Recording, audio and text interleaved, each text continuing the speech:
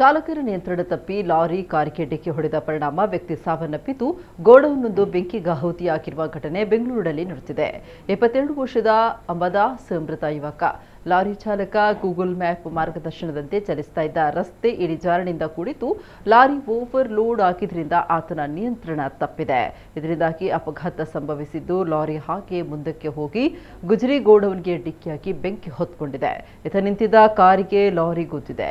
ಪರಿಣಾಮವಾಗಿ ಕಾರಿನಲ್ಲಿ ಮಲಗಿದ್ದ ವ್ಯಕ್ತಿ ಮೃತಪಟ್ಟಿದ್ದಾರೆ. ಇನ್ನು ಈ ವೇಳೆ ಲಾರಿ ಚಾಲಕ ಜಿಗಿದು ಪ್ರಾಣ ಉಳಿಸಿಕೊಂಡಿದ್ದು ಈತನಿಗೆ ಸಣ್ಣ ಪುಟ್ಟ ಗಾಯಗಳಾಗಿವೆ ಮತ್ತು ಆತನನ್ನ ಆಸ್ಪತ್ರೆಗೆ ದಾಖಲಿಸಲಾಗಿದೆ. ಇನ್ನು ಮಾಹಿತಿ ಪಡೆದ ಕೂಡಲೇ ಅಗ್ನಿಶಾಮಕ ಸಿಬ್ಬಂದಿ ಸ್ಥಳಕ್ಕೆ ದೌಡಾಯಿಸಿ ಬೆಂಕಿ ನಂದಿಸಿದ್ದಾರೆ ಹಾಗೂ ಪೊಲೀಸರು ಭೇಟಿ ನೀಡಿ ಪರಿಶೀಲನೆ ನಡೆಸಿದ್ದಾರೆ.